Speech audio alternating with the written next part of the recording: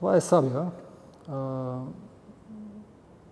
Тя е почти права, съвсем лека извивка, която е отново от колекцията на Регионален исторически музей в Варна и тя е представител на тъй наречения български тип саби, които се използват през ранното средновековие от средата на 9 до към 10 и началото на 11 век. Средата им на намиране основно в северна България днешна така дава основание основателно да се предположи, че те са произвеждани в ранно средновековна България и са местно оръжие.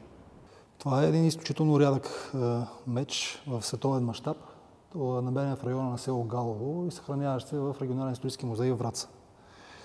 Той е тъй наречения византийски тип мечове, който е характерен с това, че има сравнително широко острие, без канал, с овално сечение и предпазител, който, за разлика от сабите, които са правени по това време, не е от желязо, е от медна сплав. Въпрос от една страна, че явно хората по това време не се погребват с оръжие, т.е. нашите географски среди, т.е. и в България, и в Византия. И съответно, за разлика примерно от Скандинавия, много по-малко оръжие попадат в земята, заедно с погребенията. И второ, че може би е ниво на въпрос на почвания като цяло.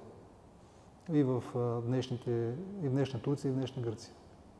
Защото там имаме само един примерно меч известен.